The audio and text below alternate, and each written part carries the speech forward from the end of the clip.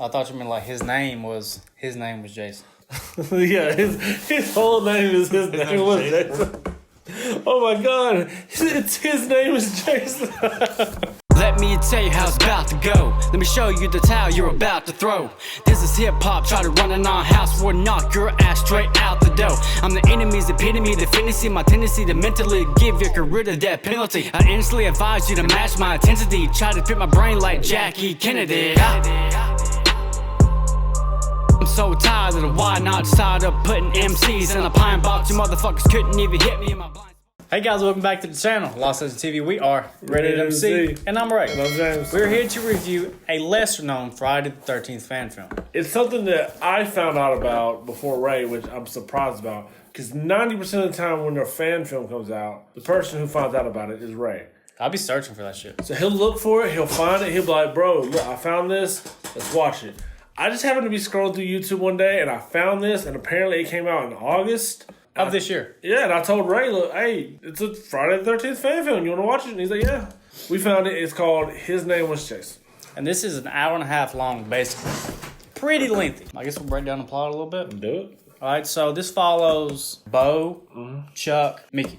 Yep. And Bo, Chuck, and Mickey. Takes place sometime after 1, but before 2. Placed in the 80s. When the movie starts, my first reaction was like, oh, I was there. Yeah. I was there. Yeah. If you guys don't know, this year, was it last year?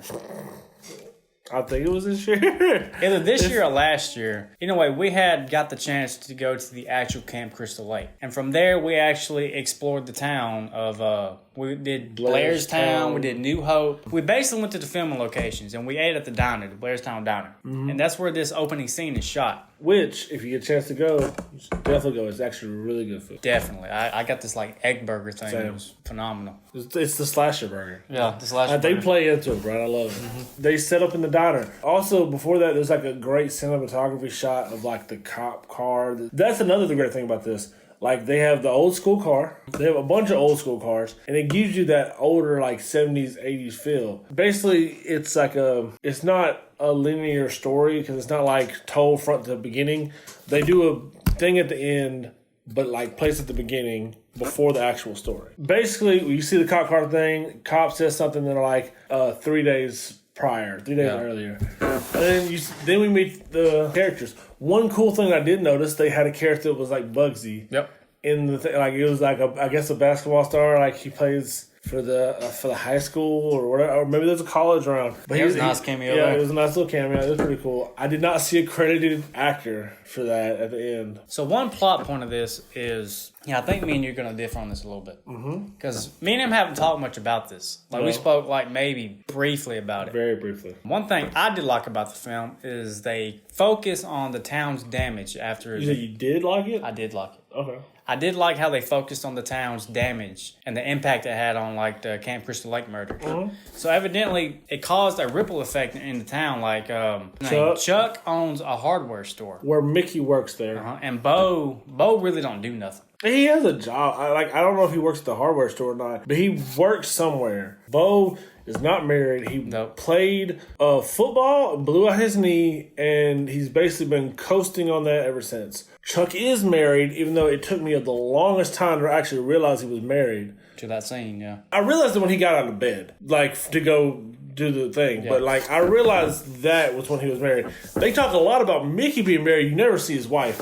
But apparently they argue and bicker a lot. So, the one thing I don't like about this film is I feel like they spent too much time on certain scenes. The diner scene felt like it might have been. It felt like it took 30 minutes. Oh, for real, yeah. Like, it was, and it's not, like, terrible, but you didn't give me enough where I felt like I needed all of that. Yeah, because the diner scene was a long long scene. No, it's legit, probably 30 minutes. It's probably 30 minutes. I remember looking like, how long is this? Yeah.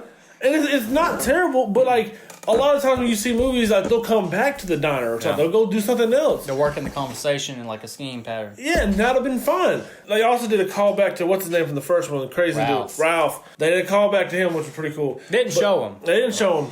But there was also this new crazy dude or whatever, and he was talking about how he went somewhere, and there's this big story about this fucking deer. And every time they see this deer, he goes into fucking Camp Blood. Like, I don't want to spend too much time on the diner scene because it was a lot. They don't explain too much in what they have explained. We basically broke it all down for you. And to piggyback off that just a little bit more, the main thing I didn't like about this movie is the repetitive dialogue. Yeah. Like responses or like rebuttals, like when Mick would talk about something, they would just have the same reactions. Like Bo would be like, "Shut the fuck up." Chuck would be like, "Psst." Yeah. A lot. Again and again and again and again. I would say my favorite character by far is Chuck. Chuck's dope. Chuck seemed like the realest out of all of them. And even in times where he seemed like too extra or whatever, I'll say even this. Chuck's the person who played Chuck, the actor, I don't remember his name from the credits, but I feel like he was the best actor too. He definitely had the best dialogue as well. Yes, he did. So the diner scene sets up this next scene, which I guess the boys are going to go fix up this old man's fence at his farm. Like something broke his fence. We know what it is because like we've seen the situation. So they blame it on like wolves and shit. Which seems crazy that they broke a whole fence. But they make the repairs. Yeah, it does they do a little cut scene. Like it's not like they show us the whole thing or whatever. It's just like, oh, I'm ready to go or whatever. Yeah, the show's like, they cut us into like basically the aftermath of it. One reoccurring thing, Bo has this bad knee, and that plays a part like later. Yeah, but it's a reoccurring thing like in the diner scene, in this fence scene, later on, and then later on towards the very end of the film. Old man like talks to him about it. He jump scares the fuck out of him, which out of all the jump scares in the film, that was probably the best one. We also get our first shot of actual Jason. Yeah. Because like when they're driving off, Bo looks in the mirror, he sees it, he tells him to stop. But like his response to afterwards didn't seem right. Like if you saw something, I must be seeing things or whatever. Like it just came off weird. I'm just seeing some guy in a fucking with a pillowcase over his face. That's what I'm saying. That's what you see. This was a full man. You could clearly see the dude. Like it was a full dude. He just stood behind the door. And then we get a kill. It's the old man. Yeah. It's off screen, but you know he killed him. He slashed the blood on the wall and everything, and that was fine. It was fine. And then there's another scene of just a lot of dialogue because they go to this bar because Bo taught Chuck and Mickey into going to get one drink. It's never one beer. Yeah, and then the main thing that happens is they set up a thing about going hunting. They want to go on this hunting trip, like James said, to get this deer. Because evidently around this town, this deer is fucking legendary. Yeah. Like it's like a 12 point that everybody's like, every hunter in the land has seen and has missed somehow. So they want to go capture the deer. Yeah. So like everybody has this story of seeing this deer near Camp Blood. So apparently what it does is it goes in there. Evidently nobody goes in there anymore. Like they're afraid. It's supposed to be cautioned off by the police. They say the police owns it too. And then like he says, like it's trespassing at that point. So the plan is to get this deer, bring it back into town, ride it around, just to bring a little bit of joy into the town. Like, hey, we did this for y'all. I'm sure that deer's not going to help your economy. No. But I guess it's the thought. The plot, in that sense, I like it because it's different, you know. I haven't seen this in the other fan films, so I'll give props to that. Is it like a big change? No. But it's just enough to make it different. Like, okay, let's do this. Yeah. So, of course, this is Bo's idea. At first, Chuck is like, nah, man, fuck that. We're not doing this shit. You just want to relive your glory days in some different way. In a way, that's true. And it's very true. Mickey, which is probably not the smartest one, but in this situation, the smartest one is like, why the fuck would we even consider going in there with all the shady shit going on? He's like, fuck that. I'm out. I'm not doing it. Bo's like, quit being a pussy. But, finally... After some cigars and some more beers, Mickey's like, you know what? Yeah, I'll do it. But he made a condition. We have to be out before nightfall. Us explaining this to you, this is like third-fourth of the film. Like, this is 75% of the film right here. Kind of a downside. Like, I liked the direction. I liked the dialogue. Yeah, there's not a lot of action. The diner scene took forever. The bar scene took forever. At the bar scene is where old girl asked Chuck for a job at the fucking hardware store for a husband. Mm-hmm. So, they had good bones here. It took too fucking long to get to where we're at. And I remember I had to stop at one point and finish it later. I got to an hour mark, and when I got to the hour mark of this hour and a half film, they were just a little bit into hunting. So they get there finally. And they all pull up in Chuck's truck. Every time they go somewhere, and I'm sure they all have vehicles, but they ride in Chuck's truck. I guess he's just like the main dude, you know what I'm saying? Yeah. Well, they had a name for the truck. I can't remember what they called it. Mickey has this extra pistol, which he says is like his insurance policy. One thing I will say that I really like of this part is when they step over this, like literally this barbed wire line, sound drops out. And not like complete audio. Before that, you heard birds chirping. You heard like wildlife sounds and shit like that. Whatever. The moment you step across this and Mickey points it out, he's like, yo, it's like there's nothing over here. Well, it was a real good eye for detail because in the introduction scene, so I didn't even talk about that. Like the very introduction, like the credits and stuff, they like made these newspapers of like what happened at the Camp Crystal Lake. Jason, they even had this fucking photo of Jason sitting on a fucking car as a kid. I thought that was like, you see like these jump cuts of like Jason carrying these animals and like these animal skulls that he hunts down. So I thought that was like a really cool reference to, hey, he's hunting everything around here. Another thing that happens while they're going hunting is we end up seeing Jason's cabin. It's a nice touch. I do like it. He has like a bed. He didn't wear a sack at first, but he does put a sack on. So this is like taking place right before 2. He's obviously like he's hearing his mom, but in this sense, it's kind of like driving him crazy. I gotta ask you, what did you think about like when you saw Jason in the scene? In this scene, did you like it? I liked without the hood. Yes, like when he sat up, that whole scene right there was really good because he's laying in bed. Oh, Pamela starts talking in his head, and he like jumps the fuck up. He's like, shaking his shit. He really pulls the whole mankind thing in that situation. It's also a very different sense to see Jason like in that aspect. Other than that scene, I did not like Jason. I didn't like the way he moved some parts. I feel you there. It didn't come off Jason-esque to me. And not even like him running. That's fine. I've seen Jason run before. The mannerism was... the mannerism just wasn't hitting for me, bro. At certain points, it didn't even look like Jason. It just looked like a skinny motherfucker in a mask. Yeah, Mickey's tripping balls at this point. If he hear a fucking tree branch, he's, oh my God. And it felt like every couple minutes, Mickey was just like, no, bro, we gotta go back. Like, I get it. It got pretty old, though. There is like a few times where they like show Jason in the background running. I thought it was cool, but there was this one particular part where they did it. It didn't fit because like where he was behind them, the next thing they legit turned around and Jason had nowhere to hide. It didn't make sense in that point. Yeah, and Jason's basically stalking them at this point, and Mickey says he feels like somebody's stalking them. There's one time that I really liked it is when they walked up and like the way when they walked up, the cameraman kind of like just backed up a little bit and Jason was right there. I liked that scene. But like Ray was saying, like they go into his cabin, they find pictures and stuff. They immediately like write it off as it's just some fucking bum living in. You have pictures of a deformed child. You had to have heard the story. They know. It's town. Yeah, it's exact. Mickey goes there and he sees it. He's like, fuck this, I'm done. And him and Bo have this like intense scene like calling each other out for their faults and everything. And Bo says, fuck it, I'm done with that, man. And Mickey's like, I'm gone. And Chuck literally at one point pushes Mickey to the ground. It's like, bro, you need to fucking man up. The fuck up, man. Yeah. And Mickey's like, no, man, fuck that, I'm done. So he's like, I'm going back to the truck. I'll meet y'all back there. Another thing is, of course, they're going to explore the other cabins. Yeah. Of course they are. And they do. As Mickey's walking his way back towards the truck, Jason appears behind Mickey and gives him the work. Like, they struggle over the gun for a minute. He just takes the gun out of his hand and just knocks him in the gun. And they hear the gunshot go off, so they're going back to Mickey. One good thing about Mickey is his death. Like, the only notable thing about it is Jason ripped his fucking tongue out. That was nice. I also liked the shot of like the blade in his skull or whatever when he like threw the machete down and hit him in the head and pulled that out. That was a nice touch. I love the cinematography, like the area. The area that they shot this in, it doesn't really look like Camp Crystal Lake, like how it looks in the original or anything like that, but it still looks really good. So they come back to Mickey's dead body. Well, they get to the spot where he was killed.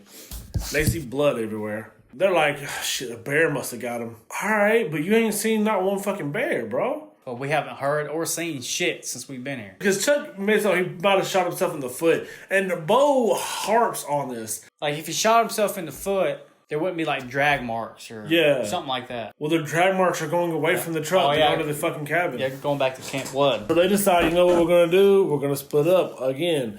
Chuck's like, I'm going to go to the truck. If I get to the truck and Mickey's not there, I'm going to go into town and get help. I did laugh when Bo's reaction. He's like, fuck that. Yeah. At first. His mission is to go back to Camp Blood, which is only like a few minutes from here as opposed to like an hour trek. Chuck makes a good point. You have a bad knee. Yeah. It's an hour trek. I can get there in less time. He said 20 minutes, though. I can get there in 20 minutes. Hustling. That's hustling. Bo goes and he does not even sort of look for Mickey. He stops at this rock and he's like, "You ain't ruining my fucking fun, Mickey." So he just lights up a fucking cigar. He ain't worried about it. Like, yeah. He looks over and he sees a fucking dead body and he sees Mickey. Yeah, it was behind the rock. This scene's kind of weird, the way it's shot, because Bo freaks out and he like backs up and like I guess his head is just spinning. And that's the way it's shot too. Like everything's spinning. So I guess he's just kind of delusional, delirious. Oh shit, he comes back to his senses. He goes to grab his gun. His gun's gone. Disappeared. And of course Jason has it. Yeah, so Bo's death is, I guess they had Camp Blood surrounded by barbed wire, like the perimeter. This was either added or removed because Bo trips over the barbed wire, fucks up his knee, so he hobbles up against this tree, reclaiming himself. I knew it was coming. Like, at least with Mickey's, I wasn't guaranteed that he was going to die. Yeah, so the way this is shot, you knew it was coming. This happened many times throughout the franchise. And I don't know how they shot it. I wish I knew how. I don't know if it's like reverse footage.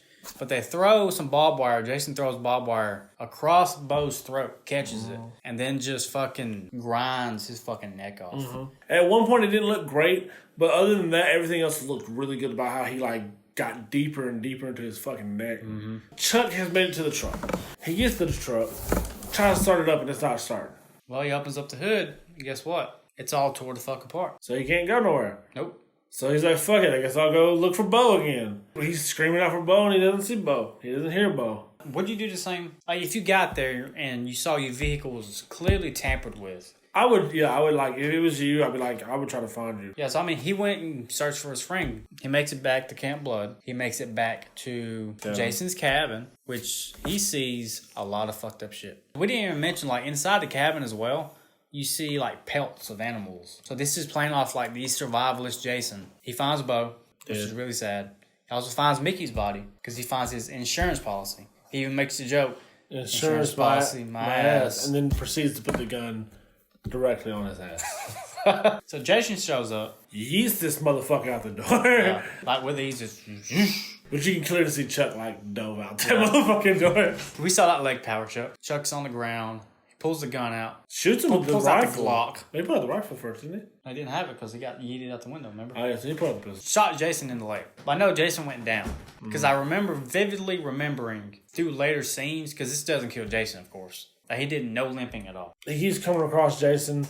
He hides for a second. One scene where Jason came back after him. Like, he said, I shot you. It was right after the first time he shot him. And he wastes like 4 or 5 bullets. Like after you shot the first one, bro, and you saw you weren't gonna hit him, you should have waited till he got closer. Go for the headshot. At the end, Chuck couldn't do it. He got fucking pinned against a fucking tree. Yeah. And gutted. Like literally, like fucking Jason pulled out his fucking guts and let it drop on the ground. One thing I didn't like with the scene, I don't think after your guts fall out, you're still screaming. I was just about to say the same thing. Yeah. Because even when his body is motionless, he's still screaming. Yeah. Like it didn't sync up right. Yeah, it didn't. The kill looked nice. It looked nice. Yeah. It threw me off. And then after that, it goes back to where the sheriff pulls up and he's talking to Chuck's wife and this other deputy. And they've got like a search team. There it is. Yeah. And they got that crazy motherfucker there. But like he starts acting even more crazy. And the sheriff's like, bro, just take him back to town. I couldn't decide if he was just junk off his ass because he didn't really act that crazy at the diner. Not for real. Not for real. He said some crazy things, but he didn't like act like he is now. This is like, whoo, you believe me? Like, what? All right, bro, calm the fuck down. Man, crazy. And he convinces Chuck's wife to go get in the car and have the deputy take her back to town. And then he sends the whole team into the woods, and he turns to the camera, and he's like, all right, Jason, if you're in there, we're going to fucking find you. We're going to put you down. Cocks the gun. Credits. There's an after credit scene where it's just Jason walks into focus with somebody's head. Well, there was also the deer scene as well. What was the deer scene? The after credit scene. I don't remember the deer scene. Like, that happened before that. Because I don't remember the deer scene. Oh, but what happened was, like, it showed the deer. And then Jason walked in frame with the head. I guess, yeah. It was just the deer for a minute. He walks off. Look, I took that as Pamela's head. I couldn't decide. It didn't look like Pamela's head. I didn't know if it was a dude, a guy. I couldn't decipher it. But that's how it ends. Is it a great Jason fan film? No. Is it decent? I'd say so. It's not bad. It's not bad. It's not god awful. I've seen some pretty bad fan films. This isn't bad. it just drags too much. That diner scene was way too fucking. You could have cut 15 minutes off that. You probably could have cut 10 minutes off the damn bar scene. Because anytime I see a fan film that's over an hour long, for some reason, just me personally, that throws a red flag up. I'm like, they're doing a lot. You know, for like a full length film, like even like when we did Roseblood, it just there was certain times it dragged on. What I did like about it, I did love the plot. I like how they got to Camp Blood or Camp Crystal Lake without just saying, "Hey, let's just make a stupid decision, go to camp." And get killed by Jason. I liked that it was different. I liked how they focused on the town. There were some times, like the color grading was a little bit off, but I feel like if they had that ending, like all the retro sheriff cars and deputy cars, you could have focused on more of that energy like throughout the rest of the film. I like Chuck as a character. I didn't mind Bo like towards the later portion. That's what I like about Chuck too. Like he was a realist. Yeah. Like, Mickey, man the fuck up, man. We're here. We can't be fucking around right now. But in this moment, don't split up. Yeah, you got your boys. If either you convince them all to leave or you stay together. Yeah. Y'all should not split up ever. Hey, gang.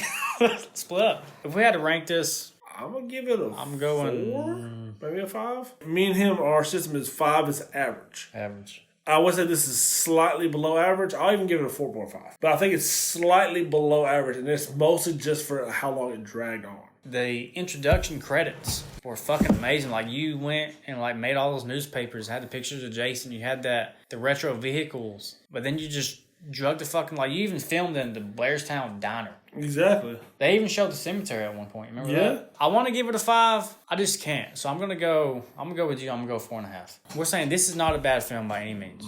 Was it a very good attempt? Yes. And I can tell like certain things you did, like you're going the right direction with it. Like, you know how to film these cinematic shots. You know how to set up these sets up. You're very good with dialogue. You needed to compact that a whole lot. But that's just our opinion. We've been wrong before. 4.5 out of 10. Again, don't take that as bad. 5's average, just a little bit low. Yeah. And, if we didn't like it, we'd be like, fuck this 1. It'd been a 1. We've given it just wouldn't review it. We've given it something a 1 before. And shout out to Jawbone Productions. Like I said, it was very well shot. I really did like that. Let us know what y'all thought about it. If you've seen the film. If you haven't, you should definitely still go watch it. Yeah. I do think it's worth a watch. Maybe you'll see some things that we didn't, and you'll like something more than we did. And you might be like, oh, well, you missed this. Like, we've watched it once, just the first reaction of it. If there's something, a fan film you want us to check out, let us know. If there's something else you want us to check out, put it in the comments. We try to get the things that we can. There's some things that we get blocked on and we can't do them. Yep. So if you don't see your thing, that's probably what happened. We probably reviewed it and it was like, well, copyright. So we've gotten copyright claims and strikes for like the simplest things. Just purely like blocked. Like YouTube said, no, you're not releasing this video. So I'm sorry. We try, give us some things and we'll try to get to it as best as we can. So thank y'all for watching, y'all. And until next time, deuces. Adios. What a slam, the thing is back to you, grouches, my crew just might roll on you like